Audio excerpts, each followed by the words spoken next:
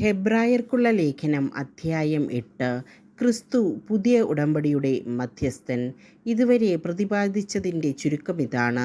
സ്വർഗത്തിൽ മഹിമയുടെ സിംഹാസനത്തിൻ്റെ വലത്തുഭാഗത്തിരിക്കുന്ന ഒരു പ്രധാന പുരോഹിതൻ നമുക്കുണ്ട്.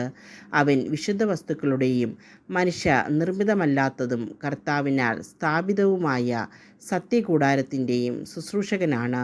പ്രധാന പുരോഹിതന്മാർ കാഴ്ചകളും ബലികളും സമർപ്പിക്കുവാനാണ് നിയോഗിക്കപ്പെടുന്നത്. അതിനാൽ സമർപ്പിക്കാനായി എന്തെങ്കിലും ഉണ്ടായിരിക്കുക അവനും ആവശ്യമായിരുന്നു. അവൻ ഭൂമിയിലായിരുന്നെങ്കിൽ നിയമപ്രകാരം കാഴ്ചകളർപ്പിക്കുന്ന പുരോഹിതന്മാർ അവിടെ ഉള്ളതുകൊണ്ട് പുരോഹിതനെ ആകുമായിരുന്നില്ല. സ്വർഗീയ വസ്തുക്കളുടെ സാദൃശ്യത്തെയും നിഴലിനെയുമാണ് അവർ ശുശ്രൂഷിക്കുന്നത്. മോശ കൂടാരം തീർക്കാൻ ഒരുങ്ങിയപ്പോൾ ദൈവം ഇപ്രകാരം അവനെ ഉപദേശിച്ചു: പർവ്വതത്തിൽ വെച്ച് നിനക്ക് കാണിച്ചു തന്ന മാതൃകയനുസരിച്ച് എല്ലാം ചെയ്യാൻ ശ്രദ്ധിച്ചു കൊള്ളുക. ഇപ്പോഴാകട്ടെ ക്രിസ്തു കൂടുതൽ ശ്രേഷ്ഠമായ വാഗ്ദാനങ്ങളിൽ അധിഷ്ഠിതമായ ഒരു ഉടമ്പടിയുടെ മധ്യസ്ഥനായിരിക്കുന്നത് പോലെ പഴയതിനേക്കാൾ കൂടുതൽ ശ്രേഷ്ഠമായ ഒരു ശുശ്രൂഷക സ്ഥാനവും അവന് ലഭിച്ചിരിക്കുന്നു. ആദ്യത്തെ ഉടമ്പടി കുറ്റമറ്റതായിരുന്നെങ്കിൽ രണ്ടാമതൊന്നിന് അവസരമുണ്ടാകുമായിരുന്നില്ല.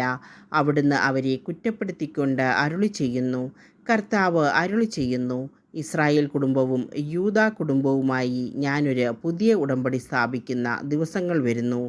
ആ ഉടമ്പടി അവരുടെ പിതാക്കന്മാരെ ഈജിപ്തിൽ നിന്ന് പുറത്തു കൊണ്ടുവരാൻ അവരെ കൈപിടിച്ച് നടത്തിയ ആ ദിവസം അവരുമായി ചെയ്ത ഉടമ്പടി പോലെ ആയിരിക്കുകയില്ല.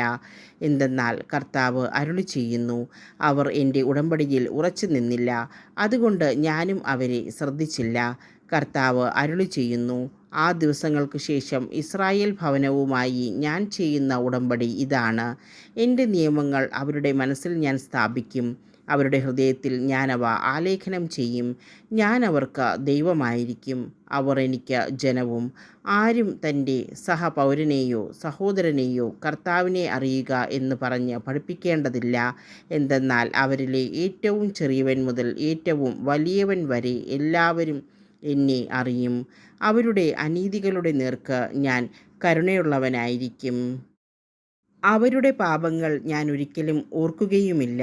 പുതിയ ഒരു ഉടമ്പടിയെപ്പറ്റി പറയുന്നത് കൊണ്ട് ആദ്യത്തേതിനെ അവൻ കാലഹരണപ്പെടുത്തിയിരിക്കുന്നു. കാലഹരണപ്പെട്ടതും പഴക്കം ചെന്നതുമാകട്ടെ അപ്രത്യക്ഷമായി കൊണ്ടിരിക്കുന്നു.